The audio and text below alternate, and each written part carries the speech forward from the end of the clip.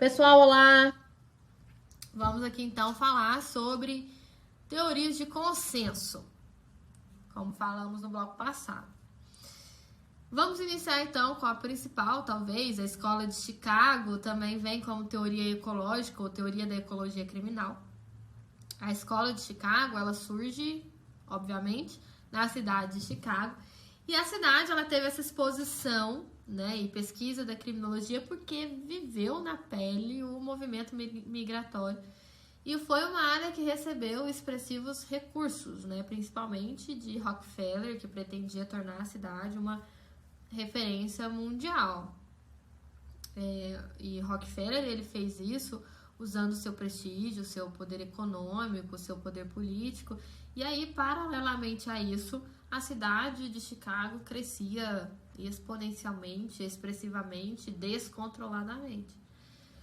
A Escola de Chicago ela vai estudar a influência deste meio ambiente e, sobretudo, o crescimento exponencial da cidade como fator potencializador da criminalidade. Então, dois conceitos centrais surgem da Escola de Chicago. 1. A desorganização social. 2. Zonas de delinquência ou áreas de delinquência. E, bom, professora, o que isso significa?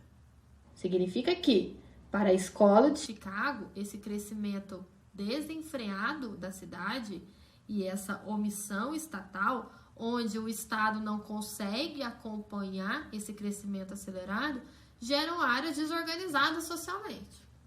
As pessoas elas ficam amontoadas, elas convivem umas com as outras em barracões, em locais aglomerados ou ainda em regiões muito distantes da cidade.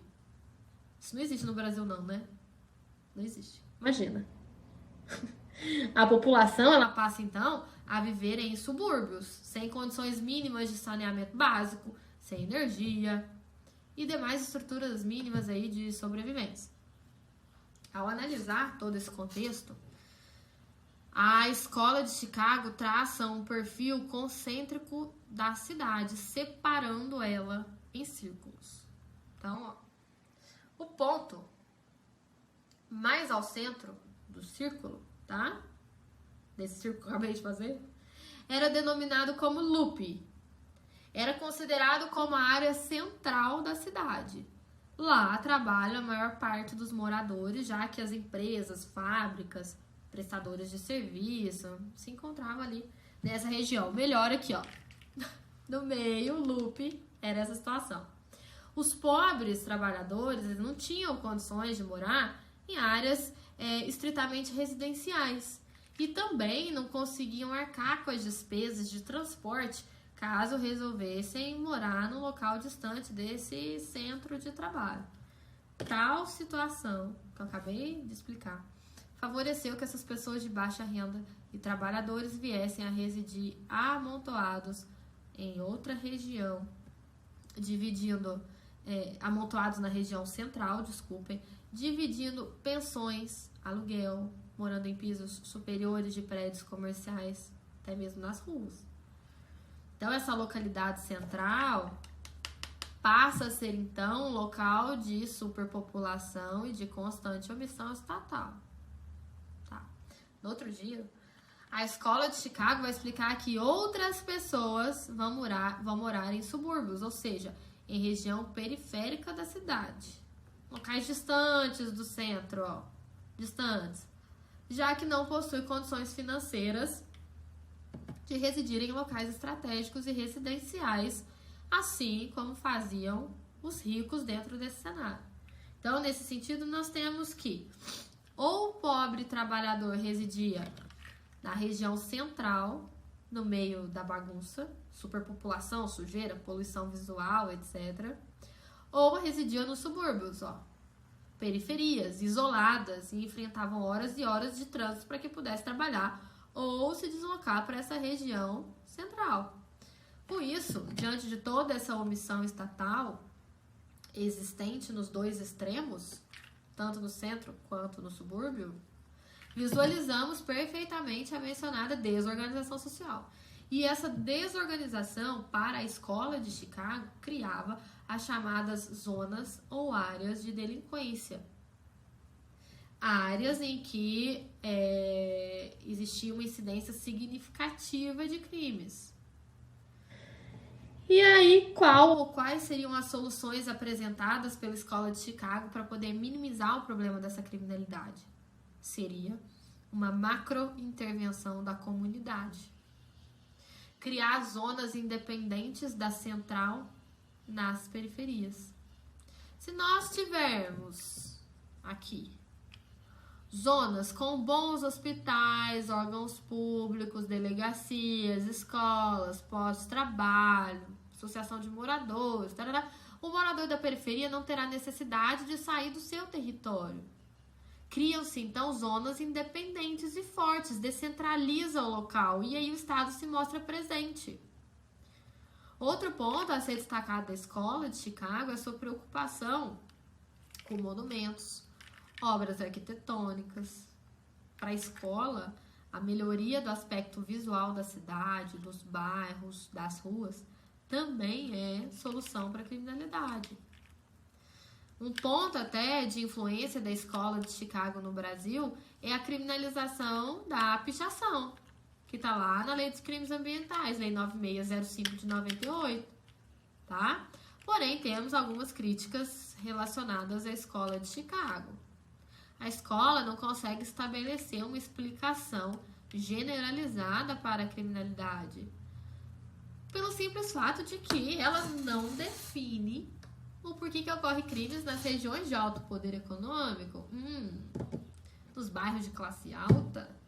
Nesse sentido, então, a escola de Chicago é criticada por não oferecer uma explicação para os motivos gerais da ocorrência de crimes e aí limitando-se somente a algumas questões pontuais, concentradas e específicas da ocorrência de crimes.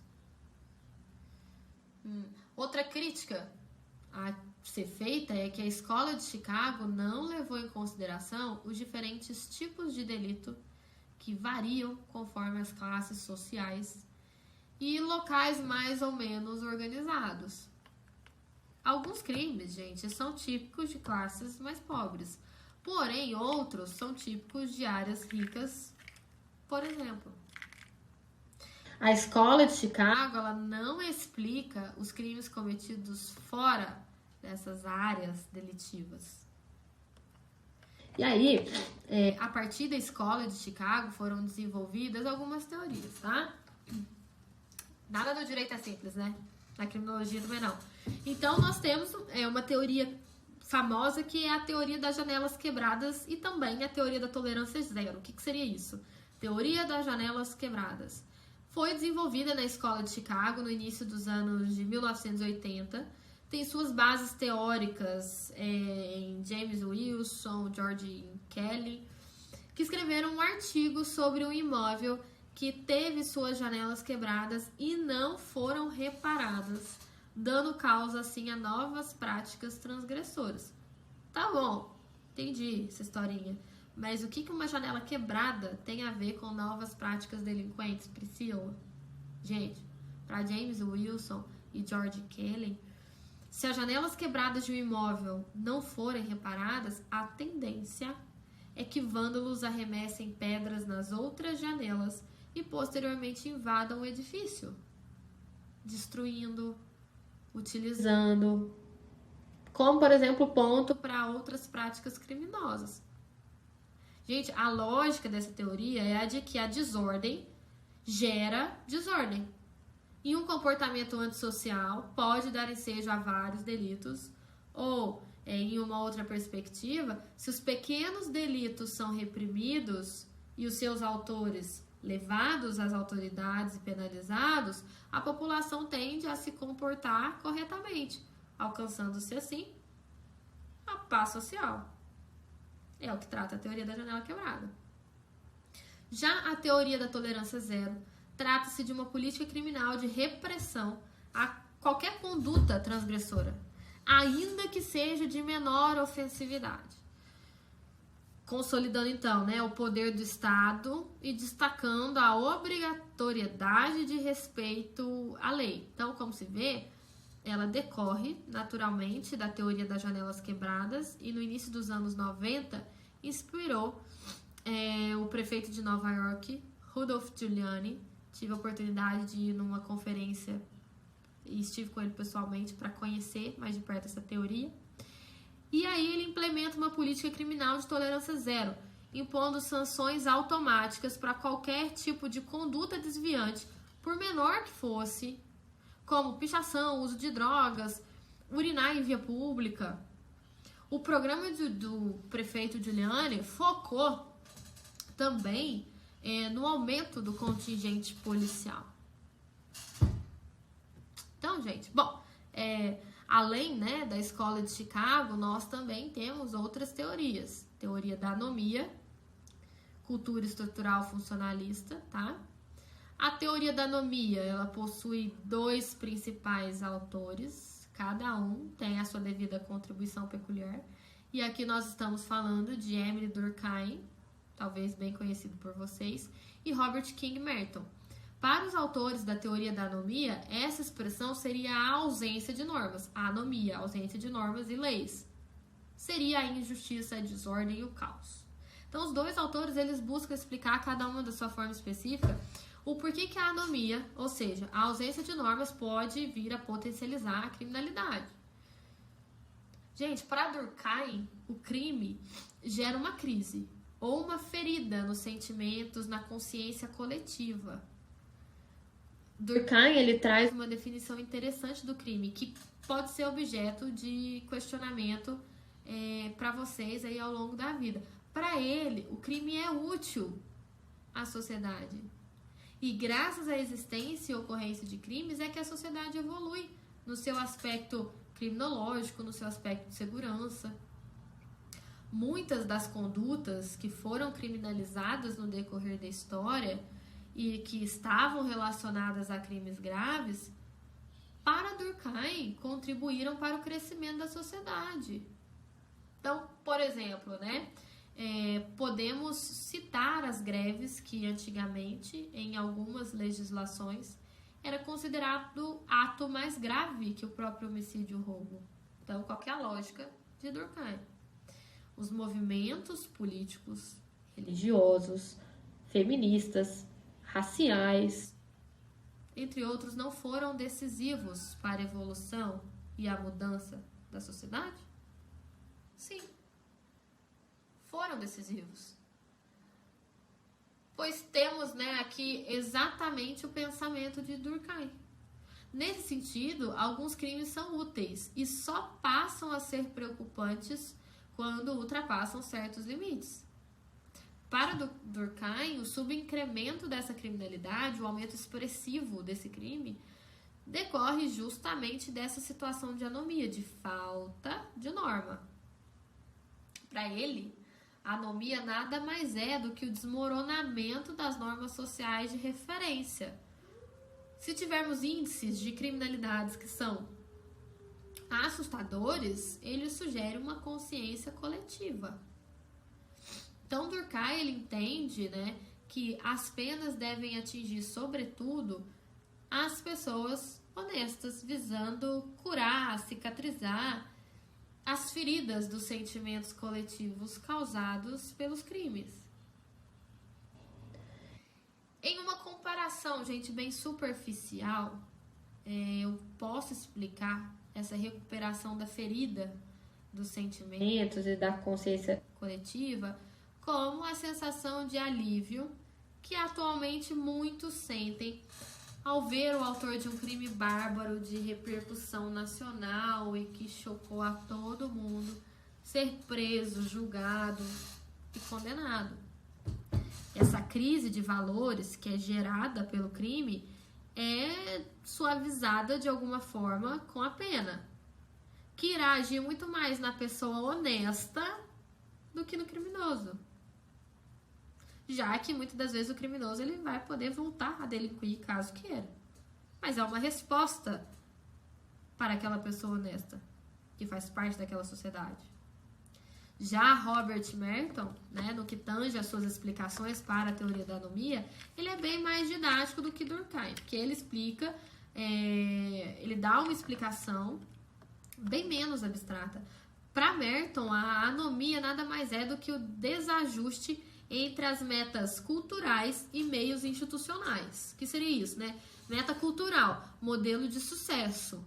Meios institucionais, aquilo que se recebe para atingir esse modelo de sucesso. Então, ó, vamos tentar explicar a situação, né? Meta cultural versus meios institucionais. Merton, ele criou 5 tipos de adaptação individual. Primeiro, conformidade. O que seria a conformidade?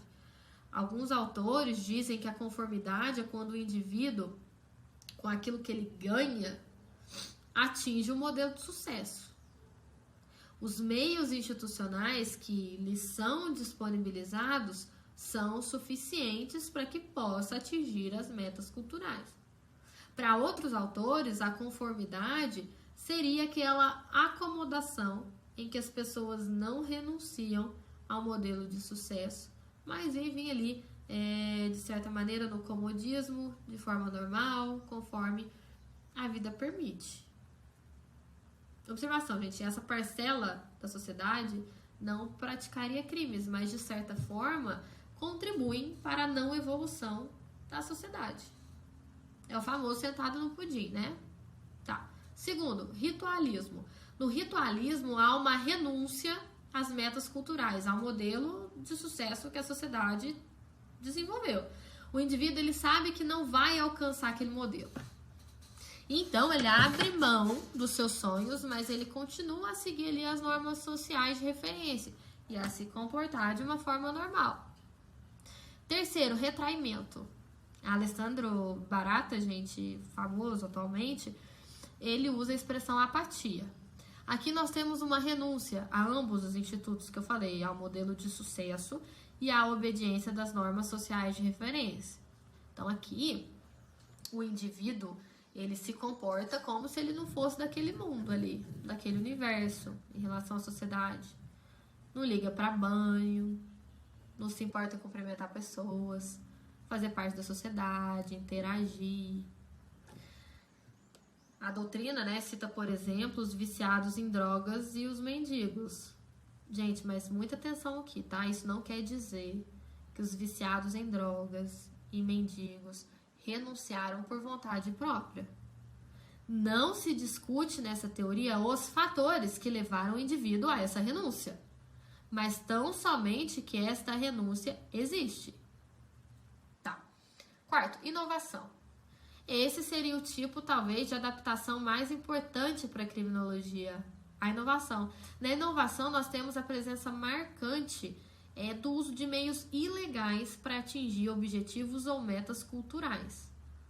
É exatamente esse comportamento que interessa para a criminologia, já que é ele que potencializa a criminalidade. E quinto, falei que eram 5, né? E quinto, a rebelião. Aqui temos a presença marcante do inconformismo, da revolta, os indivíduos refutam os padrões que estão vigentes. Para eles, o modelo padrão de sucesso não é ficar rico ou acumular patrimônio. Eles pensam, gente, simplesmente em viver em outro contexto, que vai em contramão dos comportamentos tidos como padrões. Sobre, pessoal, a teoria da anomia, toda vez que a sociedade tem como valor um modelo de sucesso para determinada situação, mas não dá aos seus indivíduos condições para que esses possam alcançar tais modelos, teremos a anomia. E essa potencializa a criminalidade. Vale lembrar, vale ressaltar, pessoal, ainda, que não é somente o Estado que fomenta esse modelo de sucesso. Ainda mais hoje em dia, né? Com o Instagram da vida. A sociedade também contribui de forma considerável para a existência de um modelo de sucesso ou um modelo de metas. Como eu falei, por exemplo, por intermédio das redes sociais, exposição de vidas luxuosas, viagens, negócios, patrimônios. A pessoa, ela quer chegar naquele modelo de sucesso. Porém, ela não tem perspectiva, porque o Estado não fornece para ele esses instrumentos. Razão pela qual, muitas das vezes, ele pode vir a cometer atos ilícitos para alcançar esse modelo. Ou ele pode se conformar de que não vai conseguir acessar esse modelo e somente sobreviver, por exemplo, e aí não faz com que a sociedade evolua. Tá? Então, a teoria da anomia, né, ela vem com Durkheim, vem também com Merton, porém, de certa forma, cada um contribui com a sua individualização, com a sua, né, perspectiva do que a falta de norma traz como malefício, como prejuízo à evolução da sociedade. Ainda que o crime ajude a sociedade a evoluir, de acordo com Durkheim, depende muito, de acordo com Merton, sobre o que temos de modelo de sucesso e o que temos disponível por parte do Estado para conseguir atingir esse sucesso. Por isso, temos as cotas sociais, por exemplo, que algumas pessoas, né, criticam, algumas outras pessoas defendem, mas nada mais é do que esse pensamento, dar instrumentos para que se alcance aquele sucesso pretendido que a própria sociedade estipulou como sendo um modelo de sucesso. Certo, pessoal? Então, a gente se vê ainda no próximo bloco para continuar falando sobre as teorias de consenso. Até já!